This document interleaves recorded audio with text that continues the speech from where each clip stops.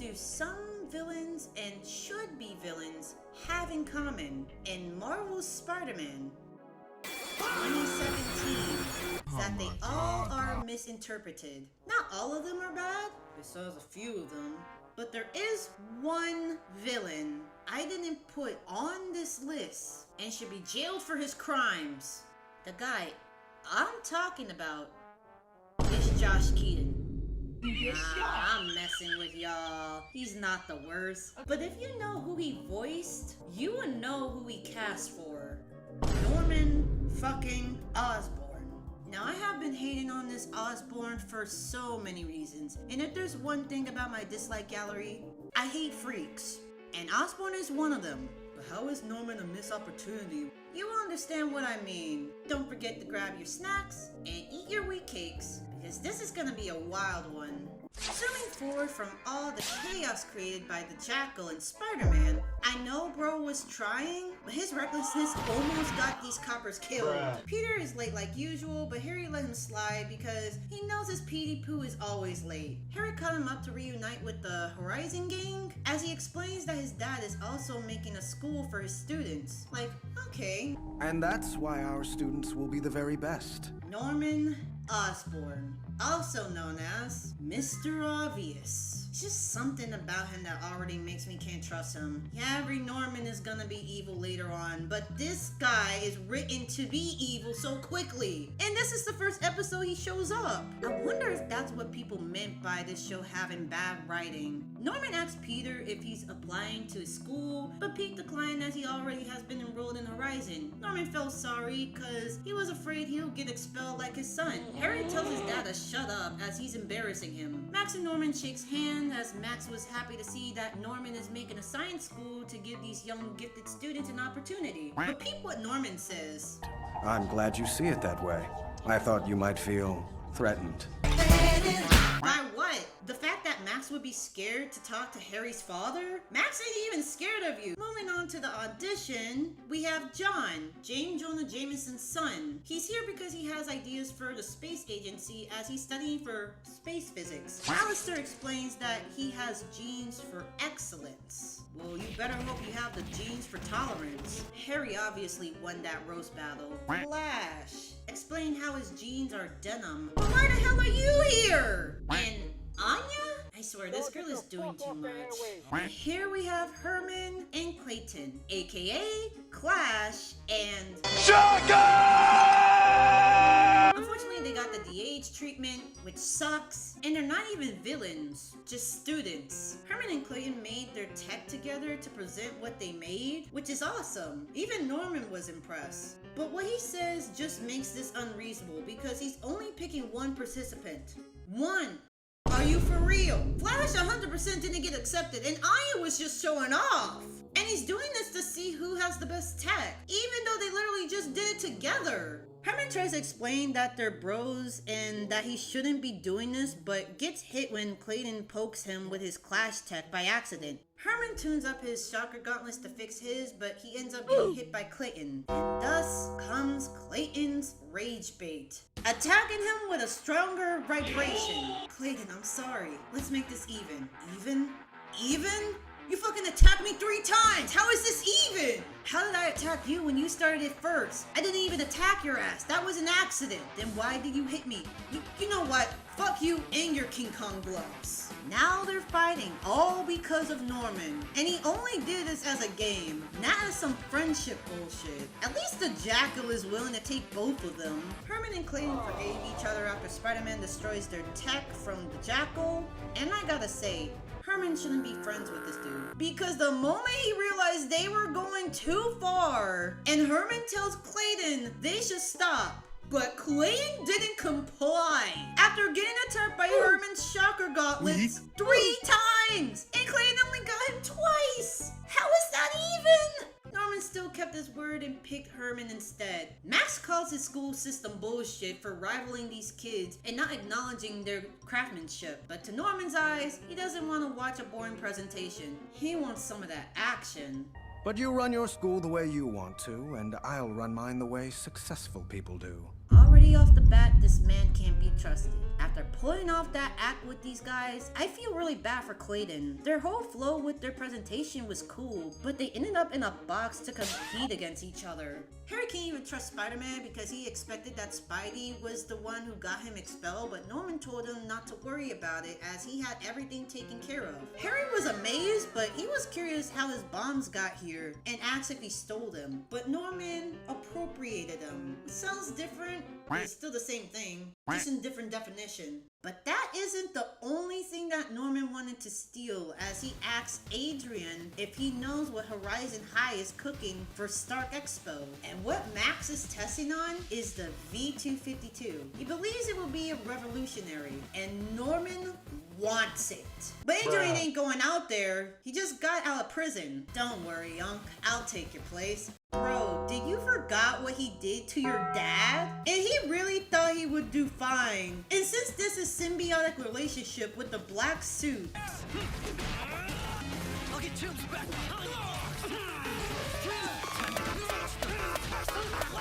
Toombs wasn't safe from this crash out either. Getting thrown like the last time he got his ass beaten by Spider-Man and almost gets his head crushed. Harry was able to stop Spider-Man from going any further using Adrian's speakers, but got snapped, causing Spidey to snap out of it and retreated.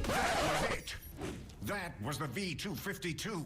Toombs, who said you can have the spotlight? This is not your channel, and this is not your video. So why don't you sit your F-tier ass down and wait your damn turn? Now that Norman knows Spider-Man has the V252, how are they supposed to get it from Spider-Man? He tries to bribe him, as he's having trouble getting the symbiote off. Having difficulty, Spider-Man? Spider-Man and wardrobe malfunction, perhaps? What the fuck do you mean? I'm sorry that my Raptors was a little rough. I asked him to drop you off so I could help you. We don't want your damn help. We? Who is we? You talking in French. What the fuck do you want? To be friends. And I have to say, I'm a little jealous of Modell. You and he seem to have a close relationship. Am I right? Max is a decent man. As am I. Ask anyone. I'm the type of guy that will get the clothes off his back. And I'd like you to do the same. So you want me to strip to you the V252? I want your corporation. But if you give me the V252, we can create something wonderful together. No. It belongs to Horizon High. Nah, Pete. Why the hell can't you run to a giant bell to take it off? Like, just straight to church! Norman then threatens him for trespassing and is willing to take it from him with the help of Toombs and Alistair. And this is why Vulture is an F-tier villain. Because little bro misses and punches Unc. And little bro gets whiplashes. Toombs comes back for round 2. Get the fuck out of here, bitch! Got me saying all that for you to get planted to the wall. Spider-Man couldn't control his anger and gave up pleasing Norman for help. Yes. Now it shall be mine for the... Spider-Man escapes with the symbiote, but Norman is now pissed and is willing to do anything to get the V252 and Spider-Man in his hands. Like, why are you pissed? Your students and your son made a lot of tech at Oz Academy. I'm pretty sure y'all will do fine. About that, son. I've made a decision. I don't want you to enter your glider into the competition. Is this nigga serious? Harry tries to confess, but I don't give a fuck. not only that it was the wildest Uno reverse, but he made the right decision because of the Taskmaster.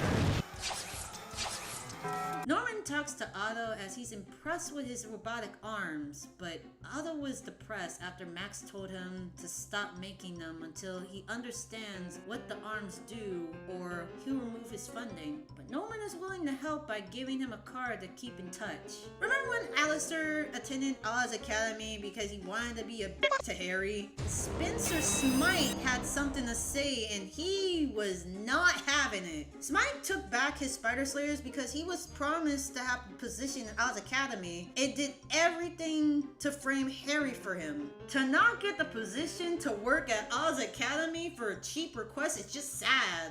I don't like Smite for obvious reasons, but Norman straight up scammed him for his Spider Slayers. Norman Norman wants to be left alone, but the bodyguards can't do that. So he curses them out to get them out of his sight. Damn, not only that Norman is stealing tech and forcing kids to commit harm to each other, but he's also treating his bodyguards like shit. Why would anybody want to work with this man? Cause he pays good? Just because they're rich doesn't mean they're a good person. Before Spencer can finish his sentence, blowing up the building, Spidey drops by. Spider-Man, you fool, that thing's a bomb, and it's about to go off in 2 minutes. Take it to the roof, run propulsion conditions, and... Wait, Spider sense? That wasn't 2 minutes? Norman just used his new lesson against him, and it worked! I know Spider-Man would have caught his bluff, but that was the first time Norman tricked him. And since this show has plot armor now that Miles has his powers after bumping into Smite stealing the spider experiment, Spider-Man was saved. Here's the catch. Spencer doesn't have any knowledge about the spiders, unless he's been getting info. But the Jackal is in jail. Norman didn't want Raymond to have a fetish for these spider soldiers, so he confiscated them. Toombs doesn't know why Norman doesn't just destroy them already, but he's unsure if Raymond has any connection to the spider experiments, so he keeps them just in case they needed an antidote. To make sure the spiders aren't in Raymond's hands, he was able to rebuild Spencer's babies. And none of this would have been done if it wasn't for his son. He asked Alistair for a request to get the spiders back and to capture the new Spider-Man. But it wasn't easy for him after Miles activated his powers. Norman wasn't gonna give up, so he had another option. The Scorpion and Kraven. Scorpion was obviously the bait, but Kraven was prepped up. Worth every penny. Please tell me he's joking, because what kind of businessman wants a single cent? And Kraven is here for the hunt, not the money. But it didn't really take long to wrap up Kraven's live stream, and this pissed Norman off. So guess what he does? Punish Kraven. But Spider-Man? Has Spider-Man not caught the bait? He didn't even sense danger when Vulture tased him! This is why I rated this episode so low, because why the fuck was Peter being gullible when he already knows Norman is a snake? Now that Norman has Spider-Man and restrains Kraven for something he can't control, like he was literally fighting 2 annoying spider people. You are quite an interesting specimen. At first I thought you were an anomaly, a freak in fact. But fortunately I don't need you to understand. I just need you to be dissected. He's gonna do what? Oh, calm down, Rave. Nada! When Norman said he wants Spider-Man dissected, he meant he wants Spider-Man dead by euthanizing him. I could be wrong, it's probably just his DNA to make his own spider army, which Spidey doesn't know what the hell he's talking about. And Norman wouldn't want Spider-Man's blood if it ends up being yellow, but reconsiders it. You would think he was joking, but I recently learned that golden blood does indeed exist, and it's rare. And your boy Peter Benjamin Geek Parker doesn't have any of that. Thankfully, Miles saves Spider-Man and Kraven while Norman takes another L. But remember when Norman said that he'll do everything for his son? Then why did he insist John to test it on himself while he's Harry's lab partner? He could have swapped John with someone else so it could be their problem. But also, why did he ask John of all people? He literally has adults that can test the crystal. This is child endangerment. This man shouldn't be running the school if he's putting his son and students in danger. Not to mention, he has 4 ops on his ass for lying in their face. So you know what Jackal and Otto did? A taste of his own defeat, mind controlling the Oz Commandos, leaving Norman buried under his own grave.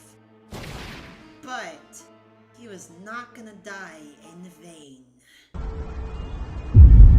He steals the bag while no one was looking, which is stupid because we just see this guy in the business clothes and shows up in Peter's lab alone at night. But hey, Peter had a bright idea. I know that cupcake symbolizes something, because there is no way they just added that as a gag. The spider Squad was able to stop him, but started anamorphing and bounced. I do want to save this arc for Spider Week, but somehow Norman did something good for once, getting payback on the Jackal for threatening his son. You should be under my control. The only person Norman Osborn answers to is Norman Osborn. And he punched Jackal straight up in the jawline. Norman rams Jackal into the wall and... You made me say all of that just to have the frame show your face planted to the ground. He gets back up to get his son, but Pete jumps in and gets his cheek smacked. Norman wants him dead, but Jackal was toying with him and kicks him to taste his stanky feet. Both of them were throwing hands, but Jackal was able to corner him and bites Norman's spider arm. Norman wasn't gay no more. I am delivered. I don't like men no more.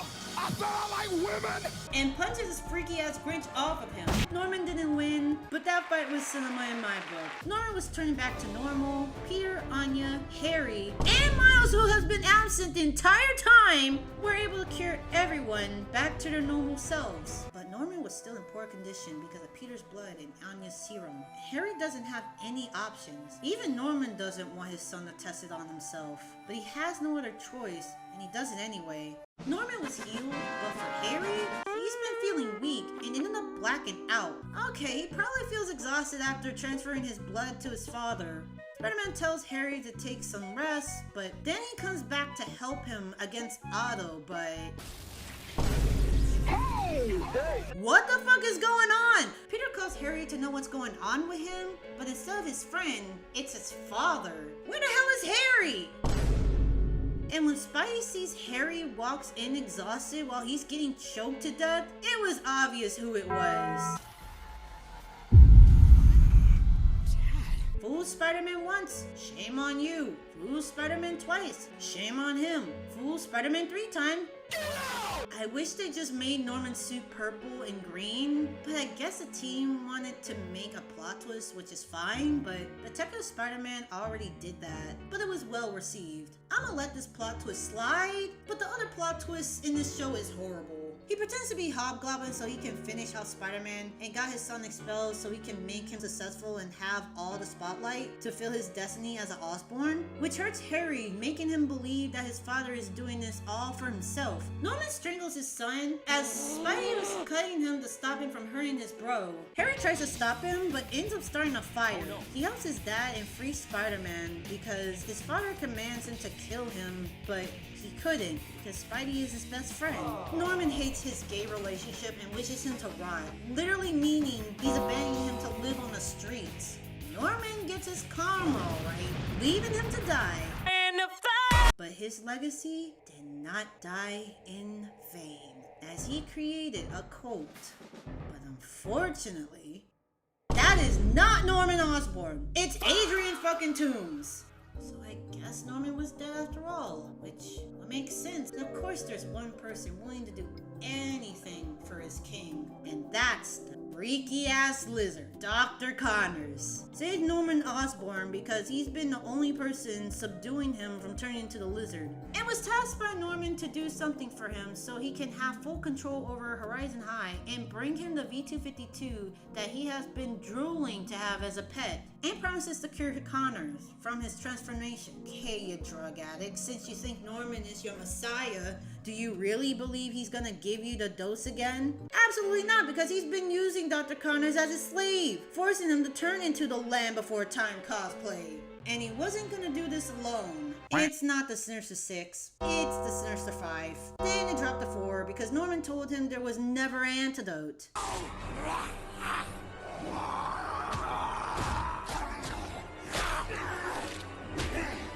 This is a reasonable crash out. Norman knows how he's gonna defeat Peter and his friends by separating them against their own ops, taking away his support, leaving it only with Spider-Man versus Dark Goblin. That's it? You think that's the strategy? Because all you're doing is driving people away, Norman. Don't call me that! That's weird.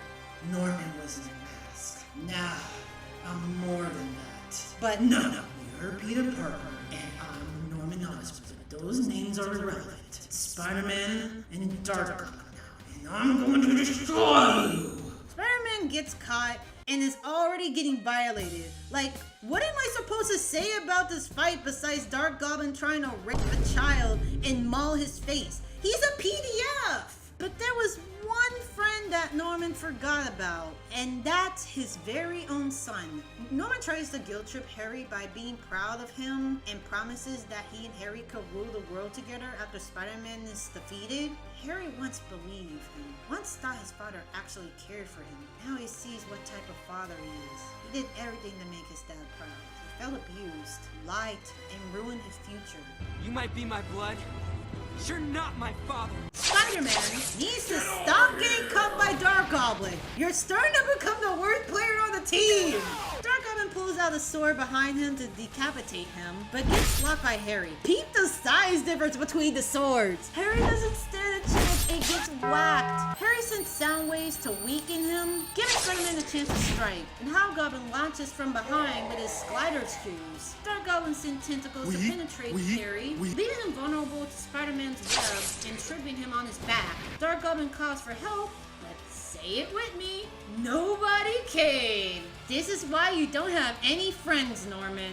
But he was not gonna lose. So he launches all the goop to grab the serum to inject himself to become even more powerful. He was tweaking out, growing even larger.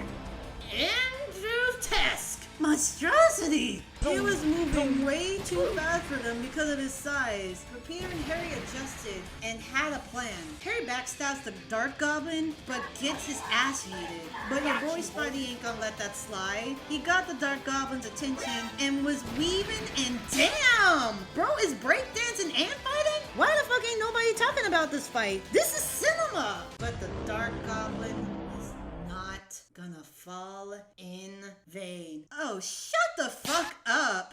Everyone was here, and the Dark Goblin is outnumbered, getting 5v1 by the whole squad. Spider-Girl doesn't hold back and punches Dark Goblin's arm off. Spider-Man doesn't hold back and rips a small piece of his arm. You know what? Little damage is better than no damage. Ghost Spider comes in and kicks his huge ass to the wall. Spider-Man comes in with a sneak attack, rips Dark Goblin's arms off, leaving him limbless and defenseless. Spider-Man gives Harry a lift, and oh my gosh, bro. Harry being the last one to leave the finishing blow to Dark Goblin is so satisfying. The Dark Goblin was sent back into the tube and got gas, finally defeating Norman Osborn once and for all. What do I think about Norman Osborn? This jealous, lying son of a manipulator, abusive PDF hating father. It's a 6 out of 10.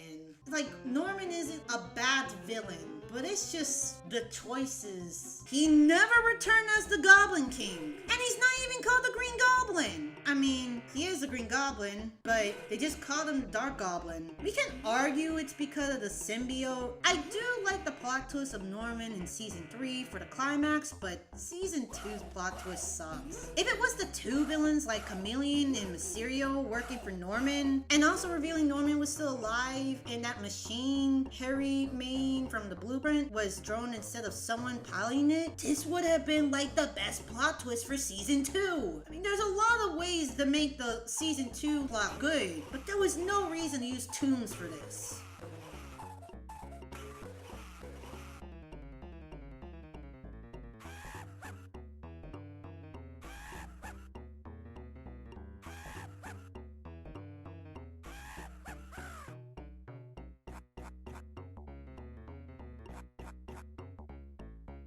Another day, another victory. I could get used to this. Something's happening!